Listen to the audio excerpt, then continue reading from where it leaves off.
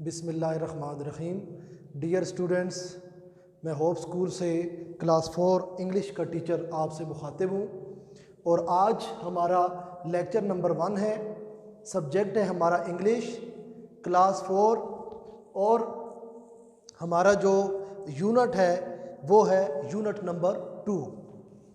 Dear students, first unit जो था वो छुट्टियों से पहले हमने आप लोगों को पढ़ा दिया था और आज छुट्टियों के बाद यानी जब से ये लॉकडाउन हुआ है उसके बाद आज आपकी पहली क्लास है, तो उसमें हम अगले यूनिट के बारे में पढ़ेंगे जो कि बेसिकली एक पोएम है।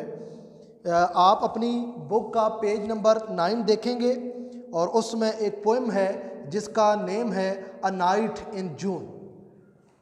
ये एक पोएम है और सबसे पहले डेफिनेटली आपको पता है कि जब भी कोई पोएम होती है तो उसको एक पोएट लिखता है, तो सबसे पहले हम इस पोएम के पोएट के बारे में देखेंगे कि ये किसने लिखी है।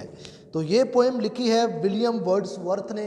आपको पता है कि काफ़ी ये फेमस पोएट हैं इंग्लिश के। इन्होंने बहुत सारी पोएम्स लिखी हैं और इन्होंने काफ़ी सारी पोएम्स जो हैं वो नेचुरल जो ब्यूटी है, कुदरती जो हुस्न है, अल्लाह तबारक व तआला ने इस दुनिया के अंदर बहुत सारा एक कुदरती जो नेचुरल ब्यूटी बनाई है उसके बारे में इनकी बहुत सारी पोएम है।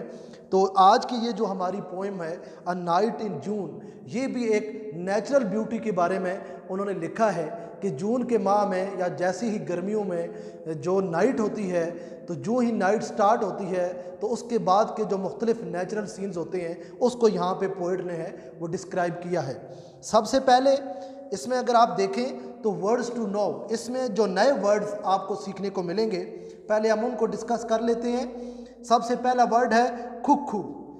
खुखू जो है वो एक बर्ड का नाम है जिसकी आवाज़ इंतहाई खूबसूरत होती है और हमारी ज़बान में उर्दू में कहा जाता है कि ये जो कोयल होती है, आपने भी नाम सुना होगा, इधर देहातों में हमारे इलाके में भी ये पाई जाती है, इसको जो है वो खुखू कहा जाता है।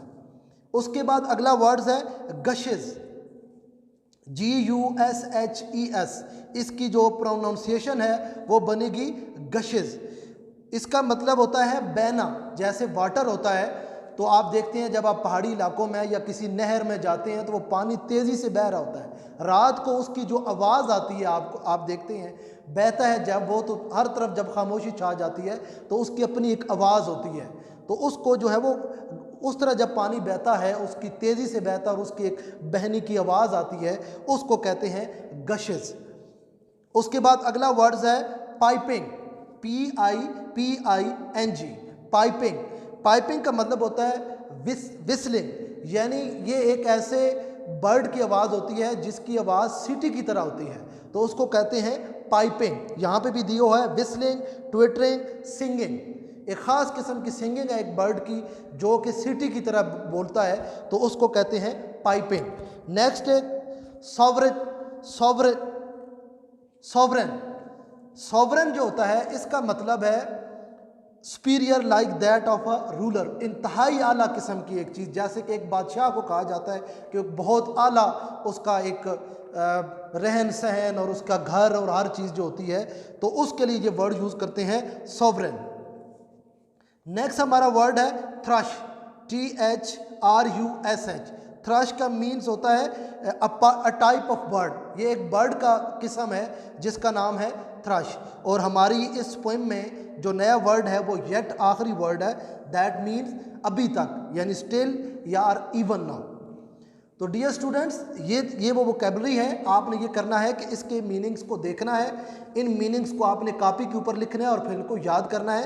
अब हम अगले स्टेप की तरफ बढ़ते हैं जो कि इस पोएम की जो है वो रीडिंग है। इस पोएम में पोएट ने क्या किया है कि एक नाइट जब सूरज ग़रूब होता है और उसके बाद जब नाइट का एक स्टार्ट होता है तो वहाँ पे जो एक नेचुरल सीन होता है उसके बारे में बताया है। The sun has long been set, the first जो उसका पैरा है वो है the sun has long been set, सूरज को ग़रूब हुए काफ़ी देर हो चुकी है। ज़ाहिर सी बात है रात तब होती है जब सूरज जो है वो ग़रूब होने के बाद जो है थोड़ी काफ़ी देर के बाद सही अंधेरा होता है। The stars are out by 2s and 3s, और सिर्फ 2 या 3 जो स्टार्स हैं, जो सितारे हैं, वो आसमान पे नज़र आ रहे हैं। The little birds are piping yet, छोटे जो परिंदे हैं वो अभी तक पाइपिंग येट यानी वो सिंगिंग कर रहे हैं, वो चहचा रहे हैं इधर उधर। Among the bushes and trees, among का मतलब होता है दरमियान, AMONG, अमंग।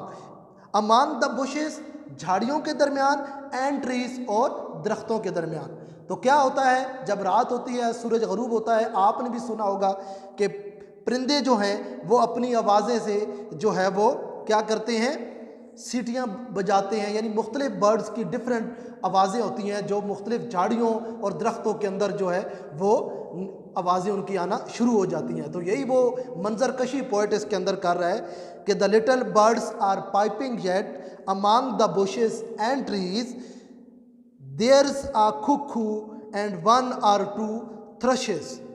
उसमें वो ये कहता है कि उसके दरमियान में एक कुकू यानी एक कोयल है और उसके साथ 2 या 3 जो है वो थ्रशेस, ये भी एक जो है वो परिंदे का नाम है। थ्रश जो हमने पढ़ा था टाइप ऑफ बर्ड, एक परिंदे हैं, यानी मुख्तलिफ किस्म के जो परिंदे हैं, कुछ ज़्यादा होते हैं, कुछ एक आध होता है।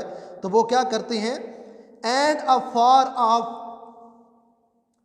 फार ऑफ विंड दैट रशेस। उसके बाद क्या होती है कि दूर से एक हवा चलती है जो बहुत तेज़ी से चल रही होती है। रशेस का क्या मतलब होता है, रश का मतलब होता है भागना, यानी तेज़ी से चलना।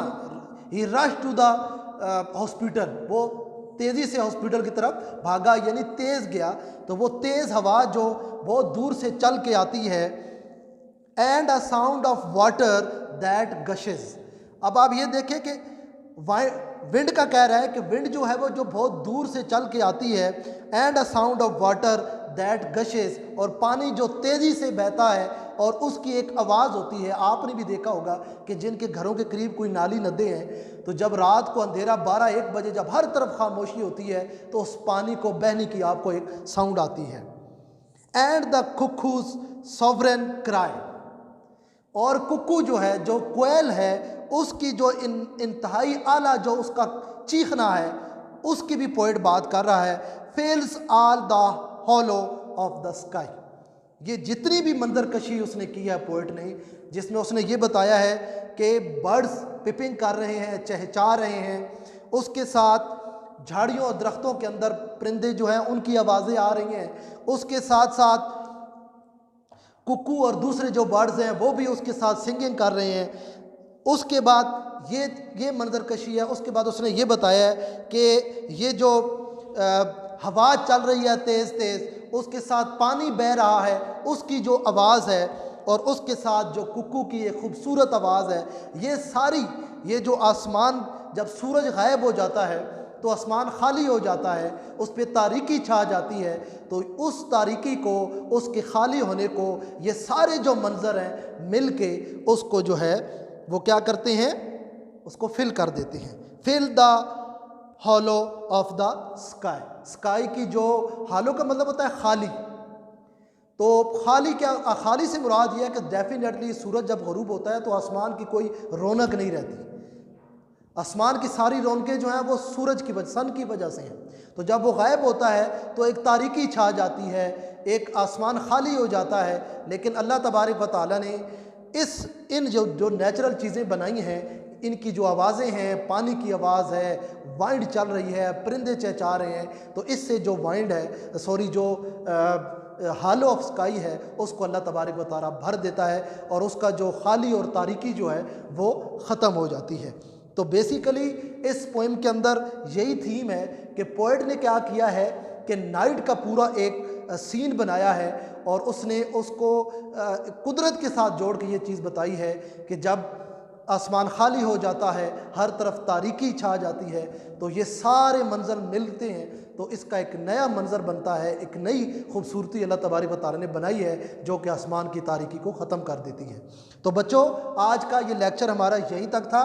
आपने करना ये है कि इसकी सबसे पहले ये जो ऊपर आपके जो 6 वर्ड्स दिए हुए हैं उनके आपने मीनिंग्स लिखने हैं अपनी नीट कॉपी के ऊपर, और उसके बाद उसकी पिक्स बना के आपने इसी ग्रुप के अंदर हमें व्हाट्सएप कर देनी है, हम उसको देख लेंगे और उसके बाद आपको रिप्लाई कर देंगे। उसके बाद आपने इस पोएम की पूरी रीडिंग करनी है और जब आप ये वर्ड्स याद कर लेंगे तो इसकी ट्रांसलेशन और मीनिंग्स आपके लिए बहुत आसान हो जाएगी। अगर आपको लेक्चर के हवाले से कोई चीज़ समझ नहीं आई तो आप प्लीज़ इसी ग्रुप के अंदर क्वेश्चंस इस हवाले से पूछ सकते हैं। अगले लेक्चर तक के लिए इजाज़त दीजिए। इंशाल्लाह आप अगले लेक्चर में आपसे मुलाकात होगी। अल्लाह हाफ़िज़।